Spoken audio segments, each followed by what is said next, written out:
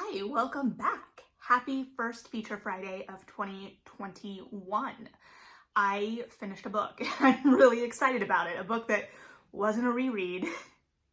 So I can thank Rachel Hawkins for that. I read The Wife Upstairs, which I know I talked about in my anticipated 2021 reads. So this is Rachel Hawkins's first foray into adult fiction.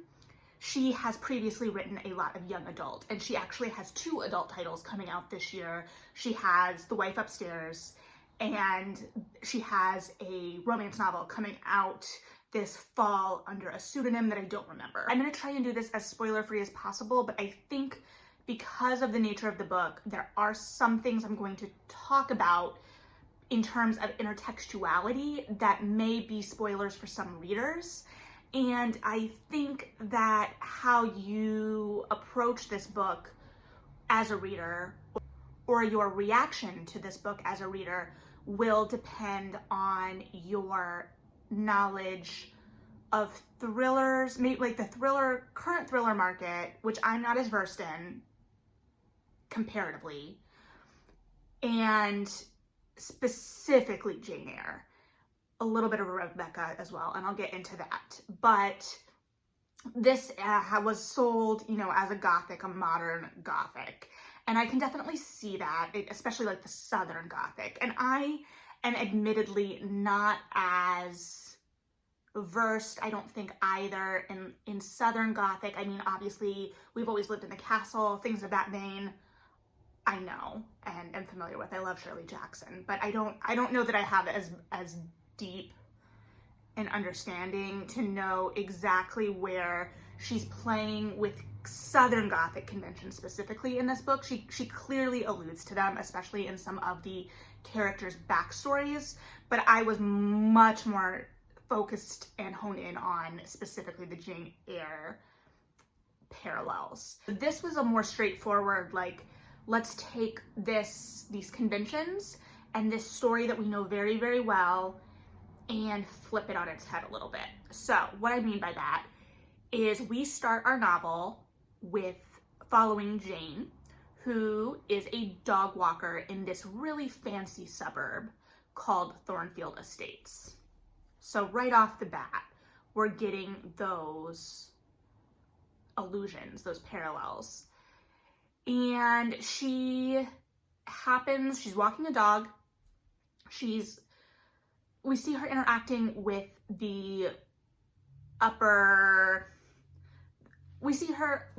interacting with the wealthier women that she's hired by. We know that she has recently quit a job at a fancier coffee shop in a neighboring neighborhood. So we see her walking this dog, and all of a sudden a sports car that's different than all of the luxury SUVs that she talks about seeing in the neighborhood comes peeling in and crashes because it's avoiding her, because she's in the middle of the street looking at her favorite house in the neighborhood. And it ends up being this guy's house, and his name is Eddie Rochester. So we immediately get that Rochester-Jane meeting. However, obviously that is different than Jane Eyre, right? We're not doing a straight beat by beat retelling. We're not going full backstory through. So that's, mirrors the meeting of Jane and Rochester in Jane Eyre, where he falls off his horse, yada yada. He ends up getting a dog so that he can hire her as a dog walker, and it shares the same name as Jane's ward in Jane Eyre. We also get allusions to the fact that Jane has assumed an identity that may not be her own. She grew up in the foster care system, so that she's a much pricklier heroine than we get from Jane in Jane Eyre. She's got a little bit more going on, complexity to her in that way, but it's still like the backstory still tracks with what we would expect. So it's very interesting because she ends up, having a romance with Eddie Rochester and ends up living in his home, and is also oh, there's so much going on. His wife has recently died. She's missing, presumed dead. He has taken over her company. She died in a boating accident with her best friend. And this was just a couple of months previous to the start of the book. So everything's moving a little fast.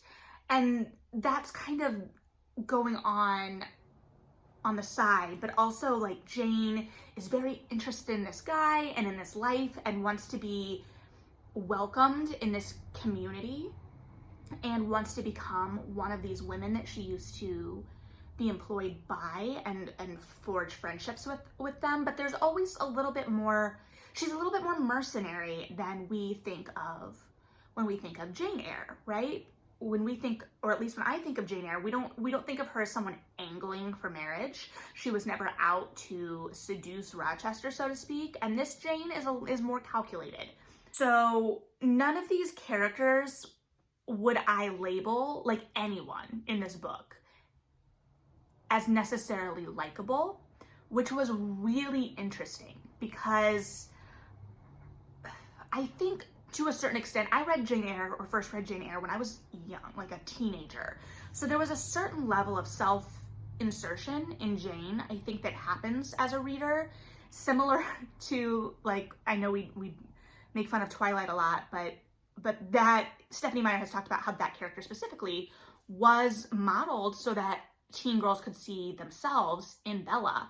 And I think a similar thing happens with Jane, specifically with, you know, young women who may feel a little bit more on the outskirts. And it's a little bit more of a socially acceptable self-insert character.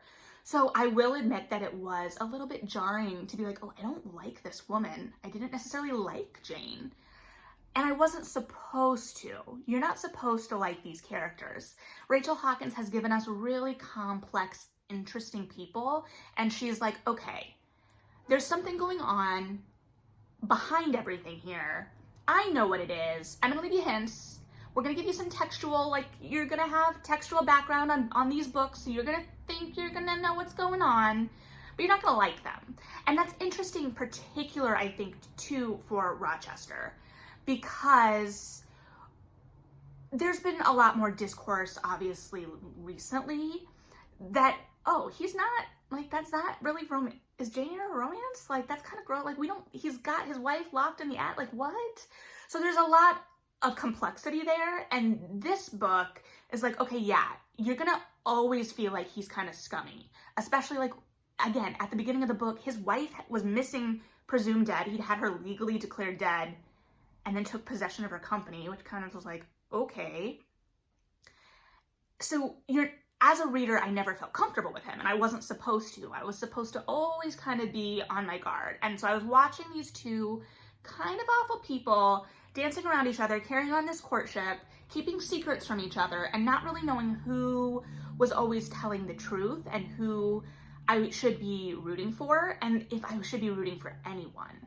And that was interesting too, because there was something almost voyeuristic in that. But then it was interesting in that too, in that we know why Jane is interested in Eddie. But it often felt a little unclear why Eddie was interested in Jane. Again, she's younger than him.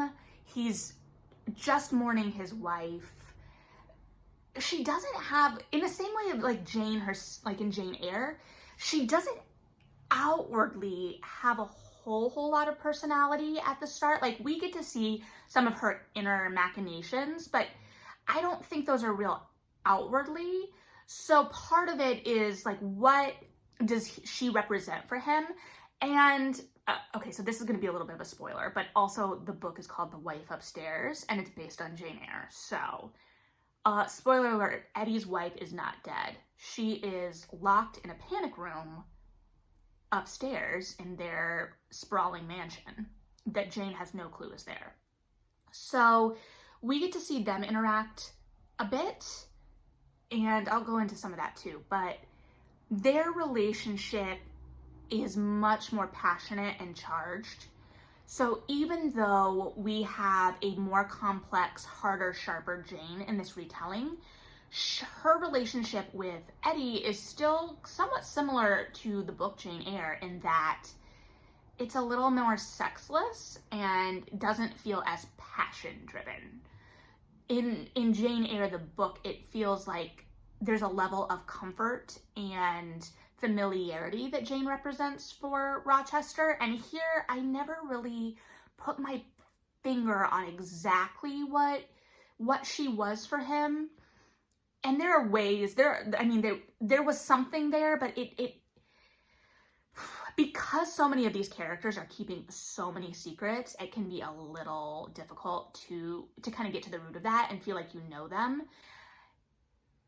It's a really quick moving read. It's around like 300 pages-ish, I think. I think it's perfect for people who love both Ruth Ware. It's got a little bit of the luckiest girl alive, because I say that mostly because Rachel Hawkins is like teasing a secret or some backstory for Jane the whole time, that as a reader of Jane Eyre feels like you know what it's gonna be, and you do a little bit by the time you get there. So it was kind of like, okay, why were we pretending with this when this is what it was?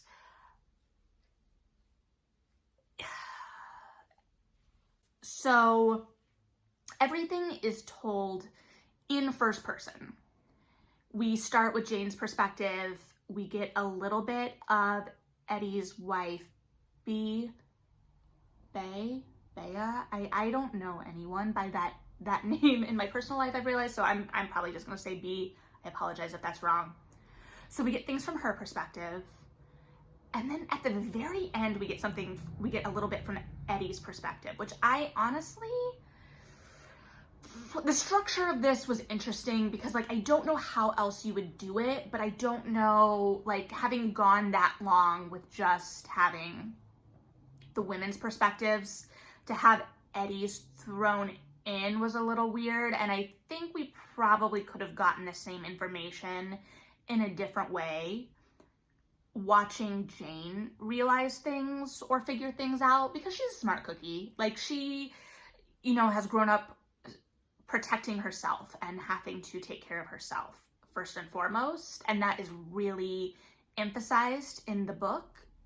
And yeah, I think we could have gotten there. Like, yes, it was nice. It was neat in a way to have his perspective. It answered questions. Swing back, I thought I was gonna I'm gonna be neater and more organized in my thoughts today, and it's gonna make sense and be great, and that's not the case, I guess. So, but to swing back in terms of the Jane Eyre parallel specifically, and then, well, okay, so that is a specific, but I guess there are still some Rebecca parallels, even though this is a Jane Eyre retelling in terms of beats. And when I say the Rebecca parallels exist in this, is that Jane and Eddie get engaged, they're carrying on, she's trying to, establish herself in this community and with these women, and she always has the lingering expectations, lingering ghosts, so to speak, of Bea. Same way that in Rebecca, we're always kind of being reminded of everything that Rebecca did right and how great she was. That's what that kind of felt like. Every time Jane would go into someone else's home and see pieces from this company in these homes or on jewelry, or she would buy, at least once she bought a dress from this company and kind of tested Eddie to see if he'd even recognize it. And then also where she may not have been everything that she was led to believe. Where Bea may not have ultimately been everything that Jane was led to believe. While still, so it doesn't, do a mad woman in the attic. It obviously complicates that because we can't just have that. So the two more specific lines, there are two obviously really big lines in Jane Eyre that are well known, and I may have missed more in the book. But The Reader I Married Him and I Am No Bird lines both get shout outs in this book, both get their own twist, but they're not given by the same character. So that's interesting, because obviously in Jane Eyre we're getting everything from Jane's point of view, So that made me question things in a way too. Like I was like, okay, why did Rachel Hawkins give these iconic lines to the characters she gave them to, and what do they mean in those moments? Because a lot of, again, this is a short book and it moves quickly, but it's layered so much intertextually with these other works that it becomes this game of like, you're moving quickly through the pages, but you're also trying to track what is a reference from what and how that impacts the narrative.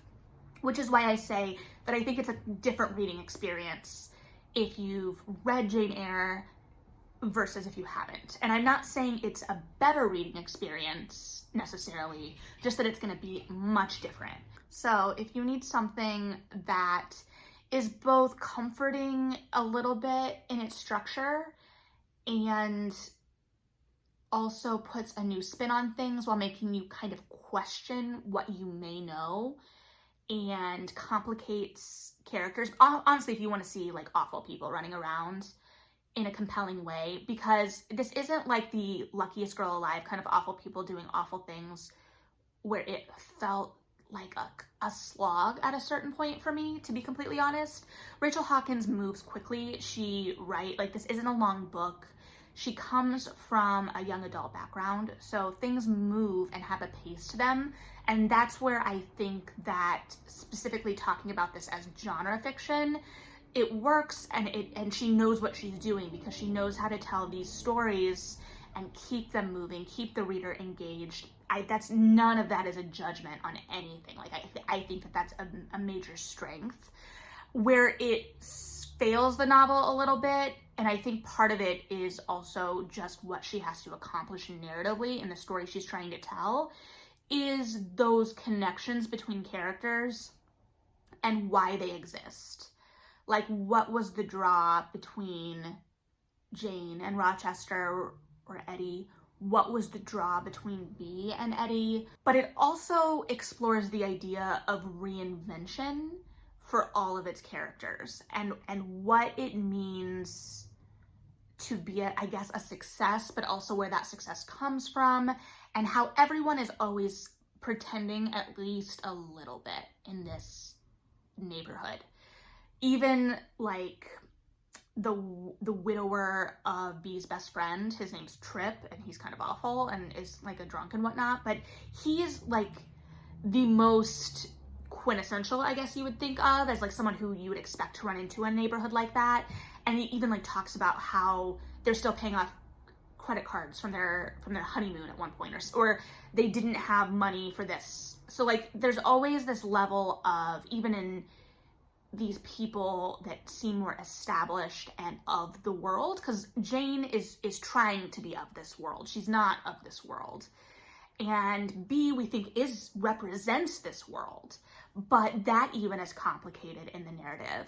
And we don't really know with Eddie. Like, he is of this world and fits in and meets people, but he also holds himself at a distance. So like, where does he fit in this world? So there is a really complicated idea of that explored at the heart of this, in between like what is that identity, and how do we strive to be something we may not be, and what will we do to get what we want, and what kind of person does that make us? So I think Rachel Hawkins does an amazing job at delivering a really engaging, compelling, propulsive story for people who want like a Ruth Ware-esque thriller narrative, and then slipping in this literary intertextuality that is going to deepen that.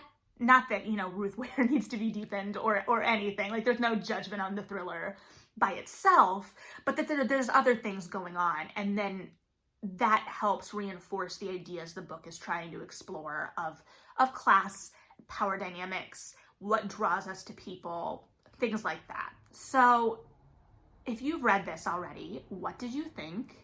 What kind of stuck out to you? That ending, I really yeah, I have thoughts. Anyway, yeah, that's my first book of 2021, and hopefully not the last. Here's to many more books this year. What did you read first this year? Have you read The Wife Upstairs? What did you think? What are some of your anticipated reads? You know, the usual. Let's just chat books. I will see you next time.